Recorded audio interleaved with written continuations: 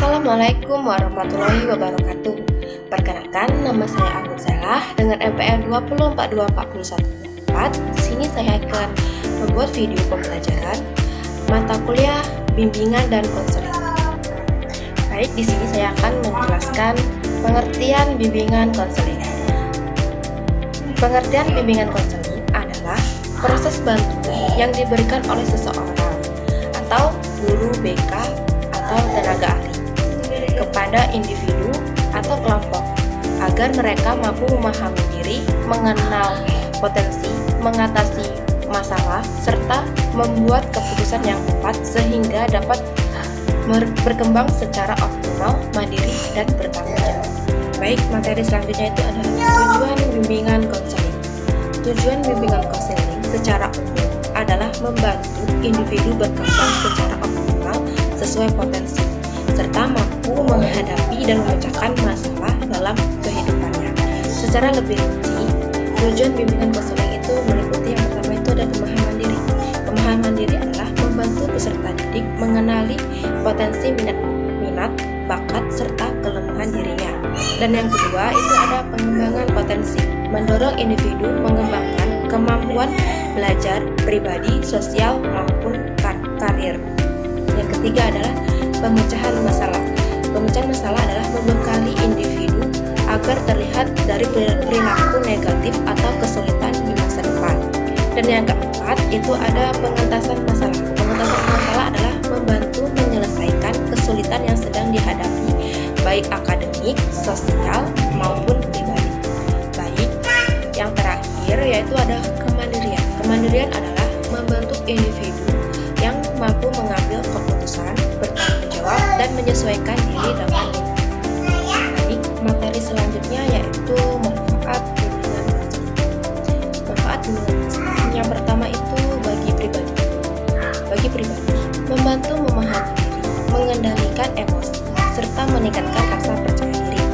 Dan yang kedua itu bagi akademik, mendukung keberhasilan belajar, menemukan cara belajar yang tepat, dan mengatasi kesulitan belajar. Dan yang ketiga, bagi sosial, melatih kemampuan berkomunikasi, bekerja sama, serta membangun hubungan yang sehat dengan orang lain. Dan yang keempat, itu bagi pemecahan masalah. Bagi pemecahan masalah, yaitu menghindari dari perilaku menyimpang, kenakalan, atau keputusan yang merugikan diri sendiri. Yang terakhir, yang kelima, yaitu bagi kemandirian, menumbuhkan kemampuan membuat keputusan yang tepat dan bertanggung jawab. Jadi kesimpulannya, manfaat bimbingan konseling adalah bimbingan konseling sangat bermanfaat untuk membantu individu memahami diri, mengembangkan potensi, mencegah dan mengatasi masalah, serta menjadi pribadi yang mandiri, bertanggung jawab, dan mampu menyesuaikan diri dalam belajar, kehidupan sosial maupun karir. Baik, materinya selanjutnya yaitu fungsi bimbingan konseling. Fungsi bimbingan konseling secara umum adalah sebagai sarana membantu individu mencapai perkembangan optimal. Yang pertama itu ada fungsi pemahaman, membantu peserta didik memahami diri dan lingkungannya. Dan yang kedua itu ada fungsi pencegahan, mencegah timbulnya masalah yang dapat menghambat perkembangan. Dan yang ketiga yaitu ada fungsi pengentasan, membantu menyelesaikan masalah yang sedang dialami. Dan yang keempat itu ada fungsi pemeliharaan dan perkembangan, menjaga kondisi positif yang sudah ada serta mengembangkan potensi diri secara lebih baik. Dan yang keempat itu ada fungsi pemeliharaan dan perkembangan, menjaga kondisi positif yang sudah ada serta mengembangkan potensi diri secara lebih baik. Dan yang kelima itu ada fungsi penyaluran, mengarahkan individu pada pilihan belajar, kegiatan, atau karir sesuai minat dan kemampuan. Terakhir atau yang keenam itu ada fungsi penyesuaian, membantu individu menyesuaikan diri dengan lingkungan sekolah, keluarga, maupun masyarakat.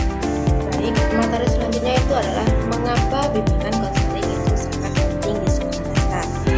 Karena anak-anak SD sekolah dasar sedang berada pada masa pertumbuhan awal.